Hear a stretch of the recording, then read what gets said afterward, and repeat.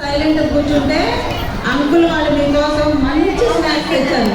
ఏంటో తెలుసా? మీకు ఇష్టమైంది స్నాక్స్ ఏంది? స్నాక్స్ చెప్పండి. చాక్లెటా? మంచి ఐస్ క్రీమ్ అంటే చాలా మందికి ఇష్టం కదా, అవునా కదా? సరే, కొంచెం సేపు సైలెంట్గా ఉంటే మనందరం చక్కగా ఐస్ క్రీమ్ తినవచ్చు చల్లగా. అర్థమవుతుందా? నిన్న క్లోజింగ్ క్లాస్ ఏం చెప్పారంటే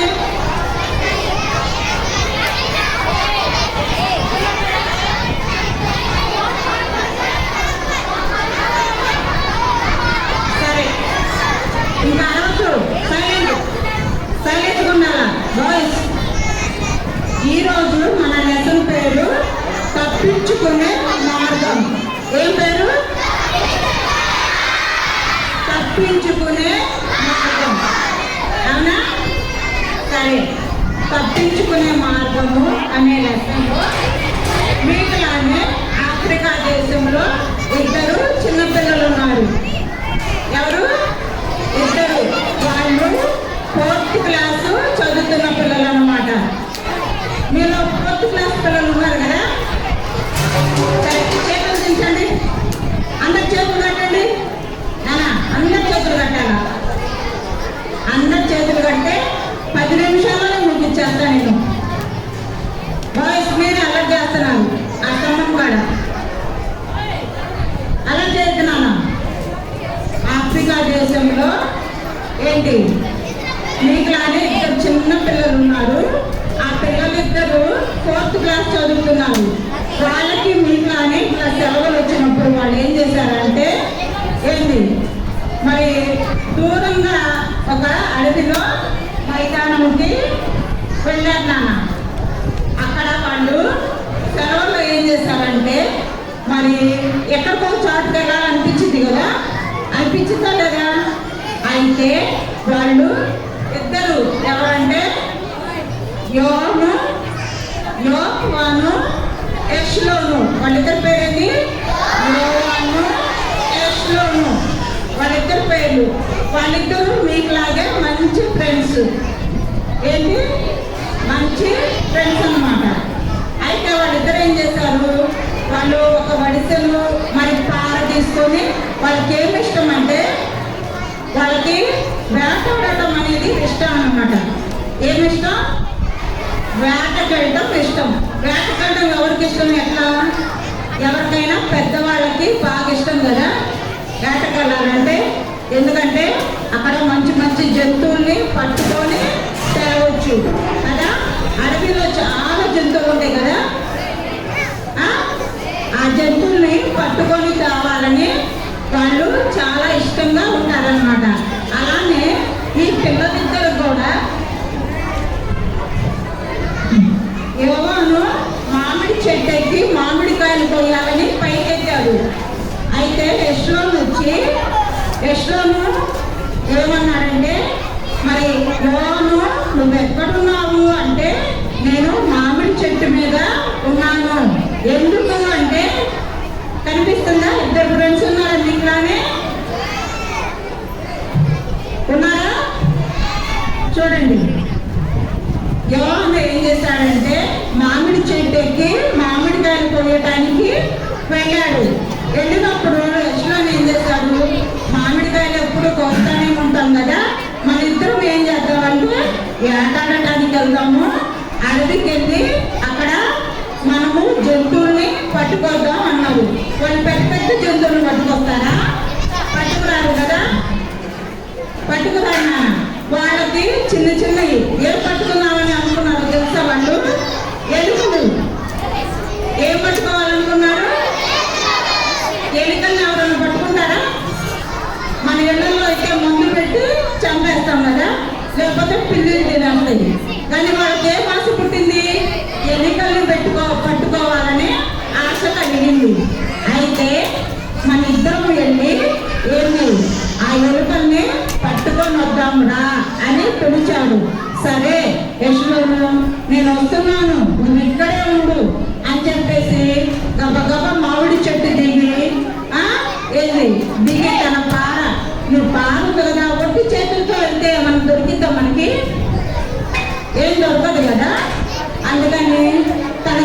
తన మెడలో ఏముందంటే ఇదిగో తన చేతిలో ఏముంది పాలుంది, తన మెడలో ఏముంది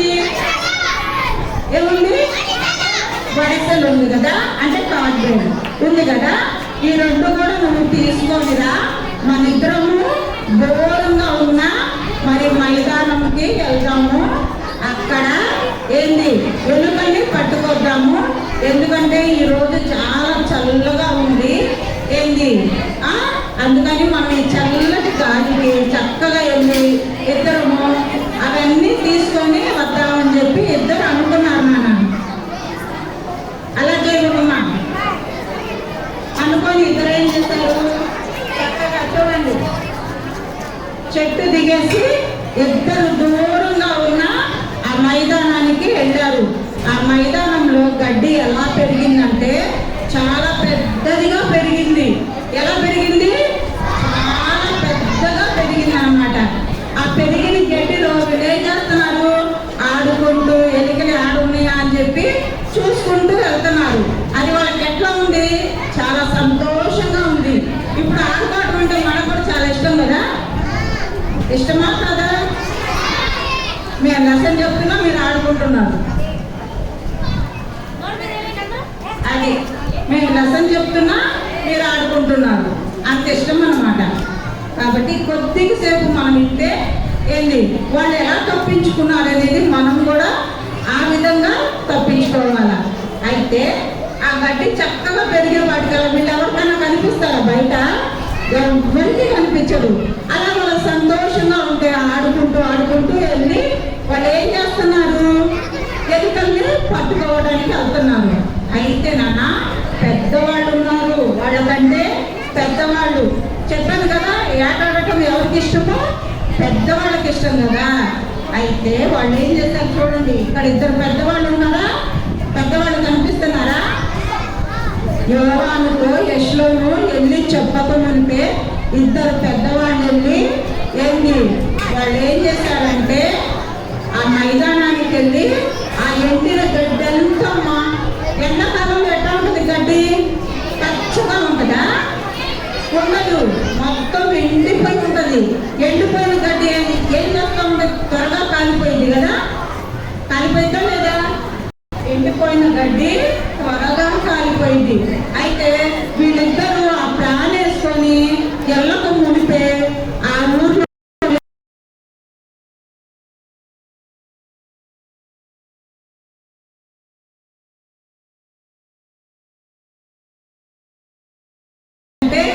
మొత్తం కాలిపోతుంది.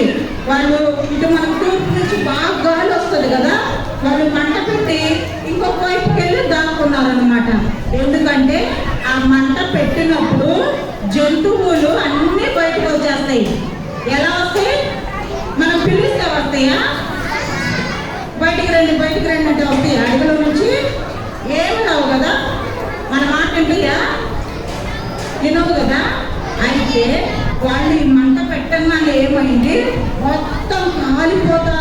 అసలు ఎలా కాలిపోతుందంటే ఎండాకాలం కదా, ఆ గాలికి ఆ మంట బాగా నల్ల పొగలు ఎర్రగా కాలిపోతా ఉంది.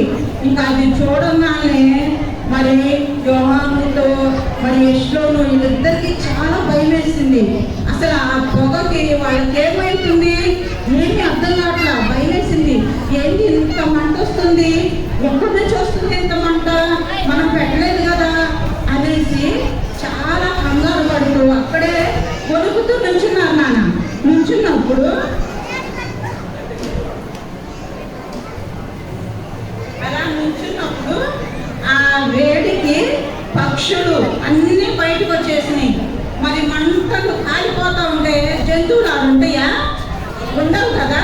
ఆ పక్షులన్నీ చూడండి ఎట్లా బయటకు వచ్చేసినాయి. అన్ని పక్షులన్నీ చక్కగా ఇంకా ఆ ఆవిరిని తట్టుకోలేక అవేం చేసినాయి, పైకి ఎగిరిపోతా ఉన్నాయి. అప్పుడు యెషూను అన్నాడు, మరి యోహాను అన్నాడు ఏమంటే, మనం ఈ మంటలకి ఏమైపోతాం, చనిపోతాం.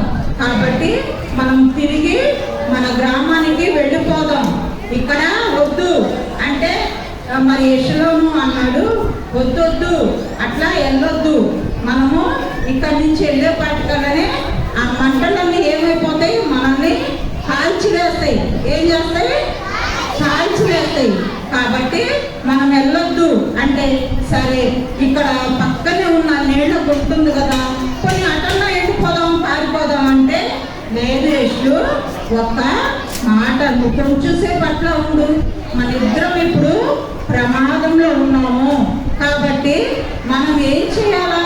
ఇప్పుడు ఒక ఆలోచన చెయ్యాలా, ఒక నిర్ణయం మనం తీసుకోవాలా.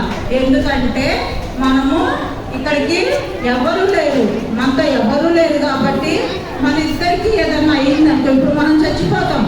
కాబట్టి ఎవరు లేరు, మనము ఇప్పుడు ఒక నిర్ణయం తీసుకోవాలా. ఏంటంటే మనం ఇక్కడి నుంచి ఆ గుంట దగ్గరికి వెళ్ళినా, మన గ్రామానికి వెళ్ళిపోయినా మన ఇద్దరం ఏమైపోతాం? మధ్యలోనే కాలిపోతాం, చనిపోతాం. కాబట్టి అలా కాదు, మనము తప్పించుకోవడానికి ఒక మార్గాన్ని ఆలోచించుకోవాలి అనేసి అంటాడు. యెషూను కొంచెం బాగా తెలివి గలవాడు అనమాట. యోను అయితే తెలివి అంటే తనకు భయము, అలా తను భయానికి పారిపోదాం అనుకున్నాడు. కానీ యెషూను అన్నాడు, నువ్వు భయపడకు, మనమే ఒక మార్గాన్ని ఏర్పరచుకున్నామనేసి ఏం చేశాడు? నువ్వు భయపడకుండా నా జేబులో అగ్గిపెట్టుంది, అది ఏముంది? ఏముంది నాన్న? అగ్గిపెట్ట ఉంది. ఆ మంటలన్నీ మన వైపుకి వస్తున్నాయి కదా, ఆ సౌండ్ ఒకసారి బాగా విను. చిటిపట ఇప్పుడు గడ్డి కాలేటప్పుడు ఎట్లా ఉంటుంది నాన్న? బాగా సౌండ్ వస్తుంది కదా, ఎండిపోయిన గడ్డి కాలేటప్పుడు కదా వస్తుంది కదా, అలా కాలిపోతూ ఉంటే ఆ సౌండ్ నువ్వు విను. కానీ ఇప్పుడు మనం ఏం చేయాలంటే ఈ గడ్డంతటిని మనము పారిపోతే దారిలోనే చనిపోతాం. కాబట్టి అలా పారిపోకుండా ఒక ఉపాయాన్ని అంటే ఒక నిర్ణయం తీసుకుందాం. నా జేబులో అగ్గిపెట్టుంది కాబట్టి మన ఇద్దరం ఏం చేద్దాం? ఈ గడ్డంతా కొంచెం గబ్బగబ్బ కోసేసి కాగడలాగా చేసేసి వాటి నిప్పంటించామనుకో ఈ ప్రాంతం అంతా కాలిపోయింది. అప్పుడు కాలిపోయిన చోట మంట వస్తుందా? రాదు. అక్కడ ఏమి లేదు కాబట్టి అది రాదు, దానిపైన ఉపయోగం ఉండదు కదా కదా. అందుకని ఆలోచన యెషూని చెప్పాడనమాట.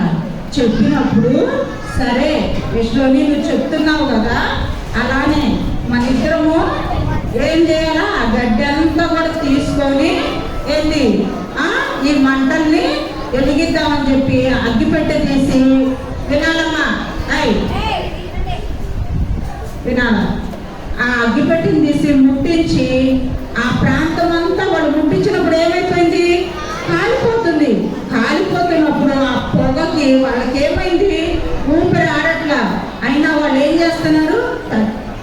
అక్కడ నుంచున్నప్పుడు అదంతా వాళ్ళున్న చుట్టూ కూడా గడ్డంతా కాలిపోతూ వచ్చింది. కాలిపోయినప్పుడు మరి యోను యెషూను ఇద్దరు ఏమయ్యారంటే చక్కగా వాళ్ళు అటు నుంచి వచ్చే ఆ మంటల నుంచి తప్పించుకున్నారు. ఏమైంది? అటు నుంచి వచ్చే మంటల నుంచి తప్పించుకున్నారు. ఎందుకంటే వాళ్ళకై వాళ్ళే అక్కడ అంతా మరి వెలిగించి నిప్పంటించి అదంతా కాల్చేశారు కదా. మరి అటు నుంచి వచ్చే మంట అక్కడ వాళ్ళ దాకా వచ్చిందా? రాదు కదా. చూసారా? వాళ్ళు చక్కగా తప్పించుకున్నారు. ఏమైంది? చక్కగా వాళ్ళు తప్పించుకున్నారు నాన్న. ఎందుకంటే వాళ్ళకు ఒక ఐడియా వచ్చింది, మనకై మనమే మంట పెడితే అది కాలిపోయి అవతలది మన దగ్గరికి రాదు అని వాళ్ళిద్దరూ చక్కగా మంచి ఆలోచన వచ్చి తప్పించుకున్నారు. చూడండి, ఇప్పుడే వాళ్ళు ఏమని అరుస్తున్నారు? మేము చక్కగా తప్పించుకున్నాం, మాకు మరణము లేదు, మేము కాలిపోలేదు, మేము చనిపోలేదు అనేసి వాళ్ళు ఏమంటున్నారు? చక్కగా సంతోషంగా కేకలు వేస్తున్నారు కదా. కేకలు వేస్తున్నారా లేదా? కేకలు వేస్తున్నారు. అయితే ఇప్పుడు వాళ్ళ ఏమైందంటే వాళ్ళంతా అపాలు తప్పించుకున్నారా లేదా నాన్న? తప్పించుకున్నారా? తప్పించుకున్నారు కదా. అదే కనుక వాళ్ళు ఆ ఐడియా రాకుండా ఆ మంటలో పైకి వస్తే వాళ్ళు ఏం చేసేవాళ్ళు? అక్కడే చనిపోయేవాళ్ళు. కానీ వాళ్ళకి ఐడియా వచ్చింది, చక్కగా వాళ్ళు కాపాడుకున్నారు, వాళ్ళు బ్రతికారు, ఎంతో సంతోషంగా ఉన్నారు. మనకేదన్నా అయినప్పుడు జ్వరం వచ్చింది, జ్వరం తగ్గినాక ఎంత సంతోషంగా ఉంటుంది కదా, సంతోషంగా ఉంటుంది కదా. అలానే ఇప్పుడు వాళ్ళకి అపాయం తప్పింది, కానీ మనకు కూడా అపాయం ఉంది నాన్న, తెలుసా? మనల్ని కూడా దేవుని వాక్యం ఏమంటుందంటే, చూసారా, యోవాను యెషూలోను ఏ విధంగా తప్పించుకున్నారు? వాళ్ళ మీదకి ప్రమాదం రాకుండా వాళ్ళు తప్పించుకున్నారు కదా. అలానే దేవుని వాక్యం ఏమంటుందంటే, అమ్మాయి విను, దేవుని వాక్యం ఏమంటుందంటే, మనము పాపము వల్ల వచ్చు జీతము మరణము. ఏముంది? మనకు కూడా భయం ఉంది కదా, మరణ భయం ఉందా లేదా? మనకు కూడా మరణ భయం ఉంది. ఎందుకంటే పాపము ఏంటి? పాపము. ఆ పాపము ఏం చేసింది? మరణానికి తీసుకెళ్ళింది. బైబిల్లో ఒక మాట ఉంది, అందరూ పాపము చేసి దేవుడు అనుగ్రహించే మహిమను పొందలేకపోతున్నారు కదా. ఈ పాపం ఏం చేస్తుంది? మనని ఎక్కడ నడిపిస్తుంది? మరణానికి నడిపిస్తుంది. మరి ఈ మరణం నుంచి తప్పించుకోవాలంటే మనం ఏం చేయాలా? ఏం చేయాలన్నా? ఈ మరణము మరి దేవుడు చెప్పాడు కదా, పాపం చేస్తే మరణము. మరణం అంటే శిక్ష. ఆ మరణం అనే శిక్ష మనం తప్పించుకుంటామా? తప్పించుకోలేము. అందుకే దానికి ఒకే ఒక మార్గం, ఎవరంటే యేసు ప్రభు. ఎందుకంటే దేవుడు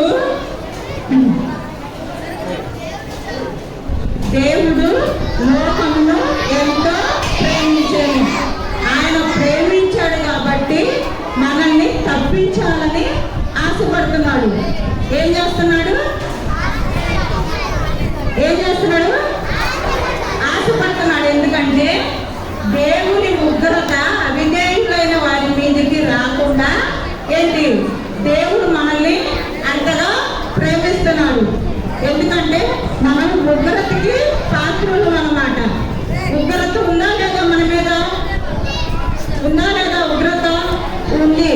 ఎందుకంటే దేవుని ఉగ్రత అవిధేయులైన వారి మీదనే ఉంటది. అవిధేయులు అంటే ఎవరో తెలుసానన్నా? మనమే. ఎందుకంటే మాట వినము, తిరుగుబాటు చేస్తాము, మన ఇష్టానుసారంగా జీవిస్తాం కదా. అలానే మనం ఇలా ఉన్నాం కాబట్టి దేవుడు లోకమును ఎంతో ప్రేమించి మరి మనకి విముక్తి ఎక్కడొస్తుంది? దేవుని కుమారుని యందు విశ్వాసం ఉంచువాడు నిత్య జీవము గలవాడు. ఎవరు? దేవుని కుమారుడు అంటే ఎవరు? యేసుక్రీస్తు ప్రభువారు. కొంచెం సైలెంట్ ఉండడమ్మా. మీకు ఐస్ క్రీమ్ కావాలా వద్దా? అయితే సైలెంట్ ఉండండి, నాకే అంకులో అని చెప్పేస్తా. మా పిల్లలు సైలెంట్ గా ఉండట్లేదు.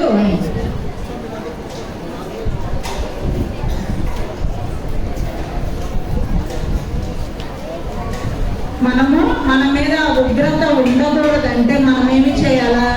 దేవుడే మన పాపం చేశాడన్నా, దేవుడు మనకు లాగానే యేసు ప్రభువారు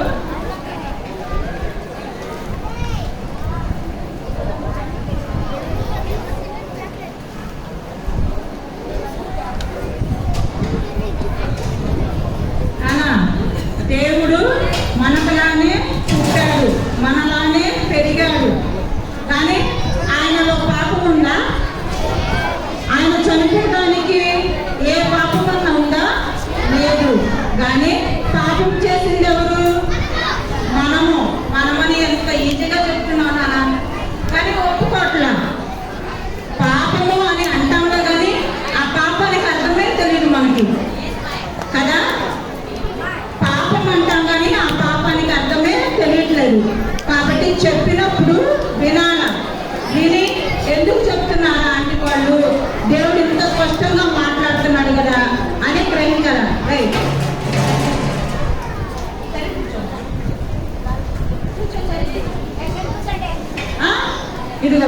చూసారా?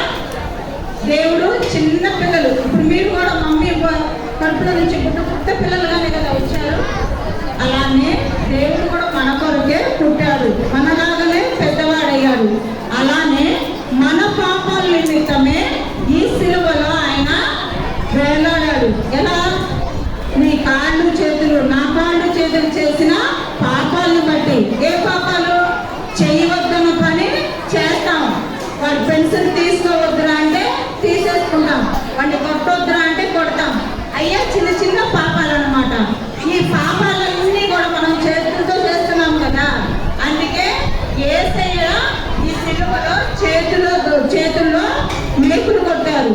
ఈ కాళ్ళతో మనము అదిగో వాడిని తన్నటం, వీడిని తన్నటం, ఎల్లొద్దున్న చోటుకి వెళ్ళటం, ఇవన్నీ చేస్తాం కదా. అందుకే యేసయ్య కాళ్ళలో ఈ సిలువ మీద మేకులు కొట్టారు. నాన్న కనిపిస్తుందా మీకు సిలువ? అక్కడ అరుస్తున్నారమ్మ పిల్లలు, ఆ గ్రూప్ అంతా అల్లరే. వినండి,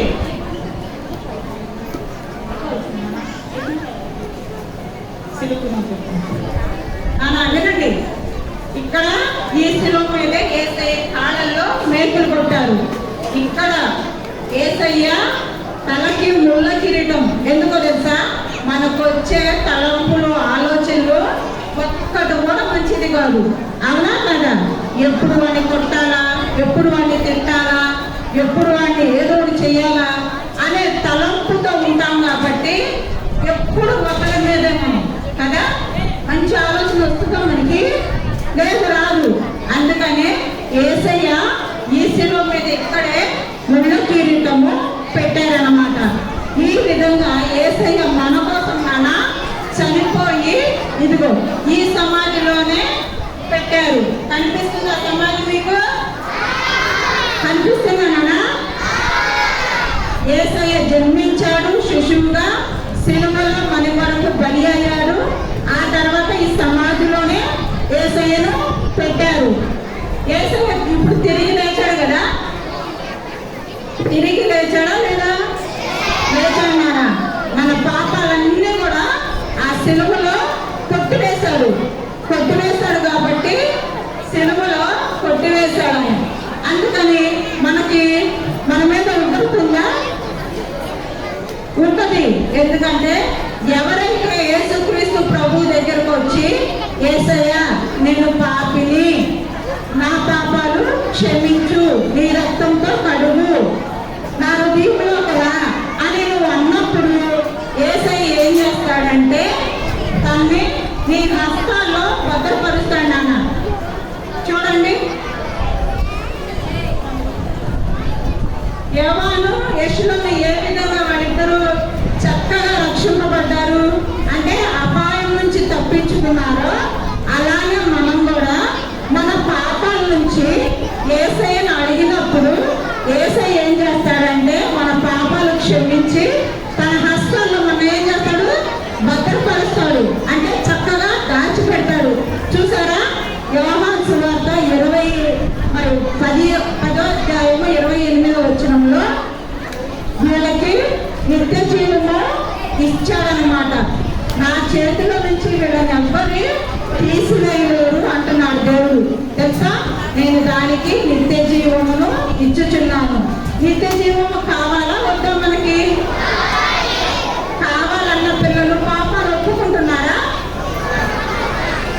తలగా ఒప్పుకున్నారా? పాపాలు ఒప్పుకుంటున్నారా? చిన్న చిన్న పాపాలు అంటే మేము చేస్తామంటారు కదా. చిన్న పాపమైనా పెద్ద పాపమైనా ఒకటే. కాబట్టి మీ చిన్న పాపాలన్నీ ఒప్పుకున్నారనుకో, దేవుడు తన చేతుల్లో ఇలా మనల్ని భద్రపరుస్తాడు. ఎవరైతే యేసయ్య దగ్గరికి వచ్చి పాప క్షమాపణ అడుగుతారో వాళ్ళని యేసయ్య తన హస్తాల్లో అంటే తన చేతిలో ఇలా భద్రంగా కాపాడతాడనమాట. నువ్వు బయటకు వెళ్తావు నాన్న, స్కూల్కి వెళ్తున్నావు, మమ్మీ నీతో వస్తుందా? డాడీ నీతో వస్తున్నాడా? ఇంట్లో ఉన్న కొన్ని గంటలే, మహా అయితే మీరు రోజంతా నైట్ ఉంటారు. పొద్దులైతే 1 గంట 2 గంటలే అమ్మా నాన్నతో ఉంటారు కదా.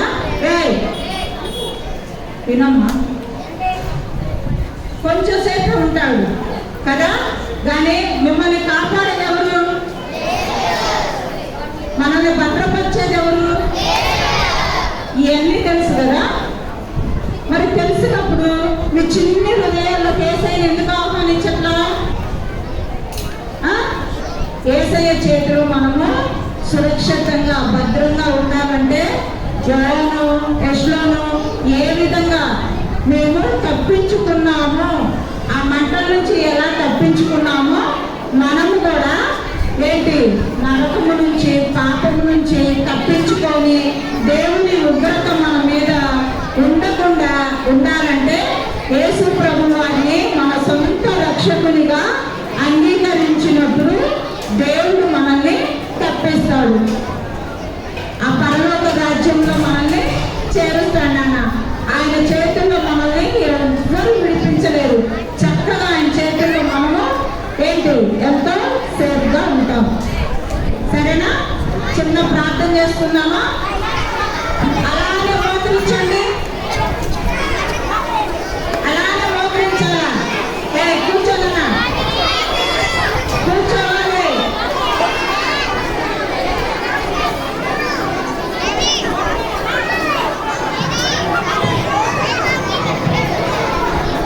కూర్చోవాలమ్మా, ఎవరు కదలకూడదు, మోకరించాలా?